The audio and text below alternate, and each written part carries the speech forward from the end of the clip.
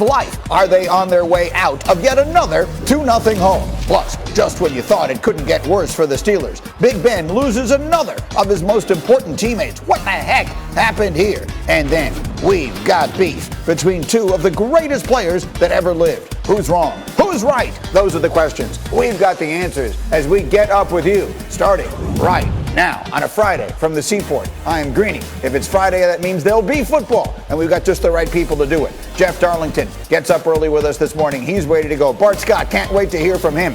We've lost power at Damian Woody's house. We hope to have him soon, but there was plenty of power last night in Southern California. That's where it begins with the game of the night. Clippers, Suns, Game 3, Western Conference Finals. Chris Paul back, would be better than ever. Missed the first two games of the series, but he and Devin Booker would both struggle from the field earlier. CP3 and Booker 0 for 9 in the first, 10 for 40 for the game. So they couldn't get it going. Paul George could. Watch him here, working on Jay Crowder. Watch him here with the dish. Oh, and it's Zubats throwing it down. He had 15. George and Paul exchanging some words. Clippers by 8. 1 second left in the third. Paul George for 3. Oh, and he puts it in. Paul George, 27 points, 15 rebounds. Clippers outscore the Suns by 13 in the third. Suns trying to make it a game in the fourth, down by 8. It's Booker. Again, quiet night, Hedges 15, but that one makes it a 6-point game. Just over 6 to go. Clippers up by 8. Reggie Jackson. That's a 3-run homer. 23 for Reggie on the night. Clippers back up by 11. He was feeling it. Under 2.5 to go. Clippers by 13. Let's put it away. Patrick Beverly from the corner. Steve Ballmer knows it. Kawhi Leonard knows it. The Clippers have life. 106-92. It's a 2-1 series now in favor of Phoenix. Clippers have started slowly in each of their playoff series. Again, this is the third straight time they've been down love 2, but Patrick Beverly said that they call Ty Lue Bill Belichick because of all the adjustments that he makes. And from games 3 onward, LA is now 9-1, winning those games by an average of 12 points. So that brings up the question for these two, Tim Legler and PJ Carlesimo. Coach, I'll start with you. The Clippers have done it twice before. Are they about to do it to Phoenix? Who's in charge in this series right now?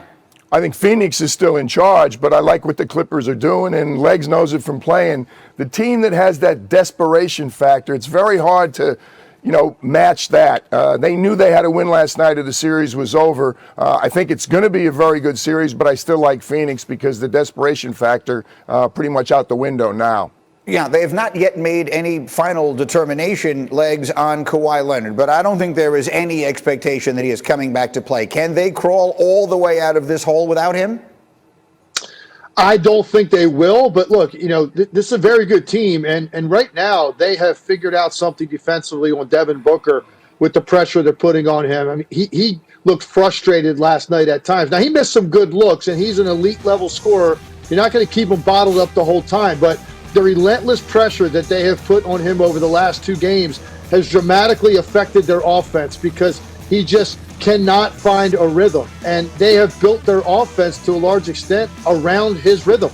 And right now they're trying to figure out how to operate without that. And Chris Paul, wasn't very good last night offensively either. He missed some time, came back. I expected him to be a little bit rusty. He also looked a little bit slow to me. I didn't like the pace they were playing at. I thought it played into the hands of a very physical Clippers defense against both of those guys. So I think it's a very complete team. The Suns, it wasn't a mirage what we watched all year. This is a very, very good team. And I do think ultimately they will win this series, but there's no question now the Clippers have life, and Game 4, to me, is going to determine whether they actually can make this a real series and go 7 games. All right, so we'll wait and see what they're able to do with that one there. In the meantime, as that is 2-1 Phoenix in the West, and the East will continue tonight. There's another story percolating around the NBA that I wanted to get you guys' perspective on, and that is there's nothing better than when superstars are beefing with each other, and right now they're doing it very publicly. So let me set the story for you here if I can. Scottie Pippen making news in the release of a wide-ranging interview with GQ. In it, he talked about, among other things, the difference between LeBron James and Kevin Durant. He said KD can score better than LeBron, probably always been able to, but has he surpassed LeBron? No. He tried to beat the Milwaukee Bucks instead of utilizing his team.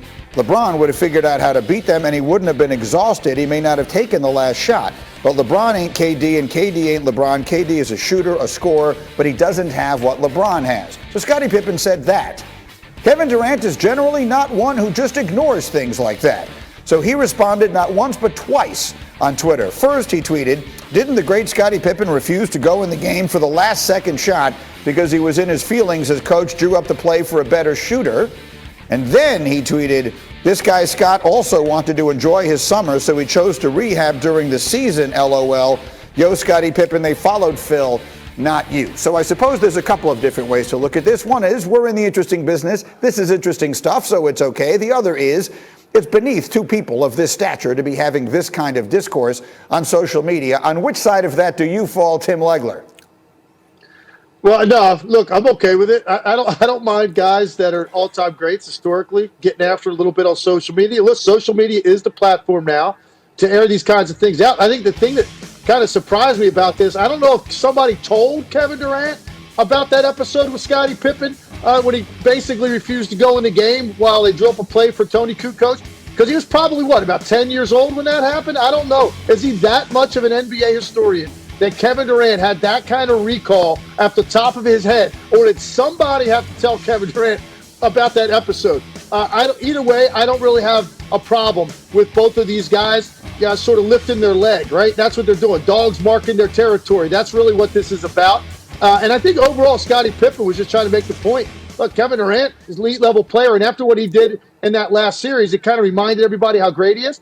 But he's still saying, listen, but he's still not LeBron James and all of the different ways that LeBron could beat you if he had to in that moment, rather than just going and trying to score. The event took place May of '94 at the old Chicago Stadium, Game 3 against the Knicks. I was in the building. It is the lowest point of Scottie Pippen's brilliant career. That said, PJ, let's analyze specifically what he said. He's basically saying, yeah, KD put on an unbelievable offensive show, but what he didn't do was figure out a way to utilize his teammates to win the series, and LeBron would have. Is that a reasonable analysis of the situation? No, because his teammates didn't show up. He had no choice. He had teammates throwing the ball to him. Anytime somebody's open, KD's going to get you the ball. His teammates were not making shots. Did Kevin get exhausted? Yes, he did, with good reason. 53 minutes and 48 minutes. I had no problem with the way he played. Way back in time, if I was coaching Kevin as a young guy, I'd say, Kev, you don't need to do this. You're better than that. You don't need to.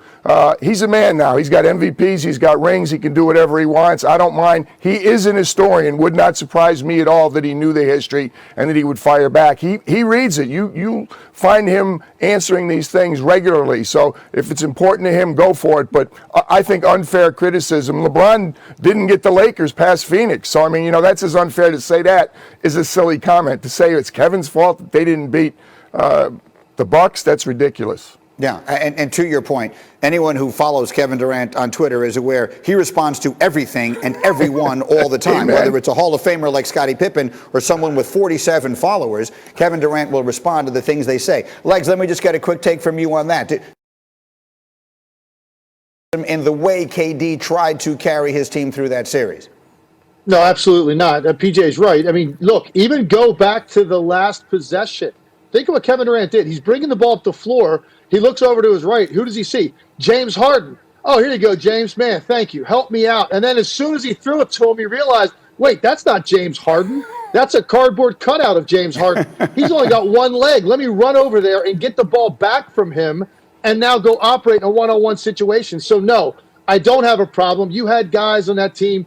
Joe Harris be a great example. He had an opportunity at 111 all on a wide open look that probably ends the game, ends the series, gets Brooklyn to the next round. Missed it. He struggled throughout the series. James Harden's playing on one leg. Kyrie Irving is in street clothes. No, I honestly don't have a problem with what Kevin Durant was trying to do. It's just he couldn't be superhuman all the way through. And on that last possession against a guy like Jrue Holiday who got low, he has a low center of gravity, he was not going to let him go by. And Durant just said, you know what, this is all I have right now is this one more fadeaway jumper, and it came up short. But he looked around and read the room and said, I have to do this myself right now, every possession. And it was just too much to ask in the end. He was literally an inch from winning that series by himself in regulation. Guys, sit tight, because Scottie had some things to say about Ben Simmons I want to get to a little later in this hour as well. We'll bring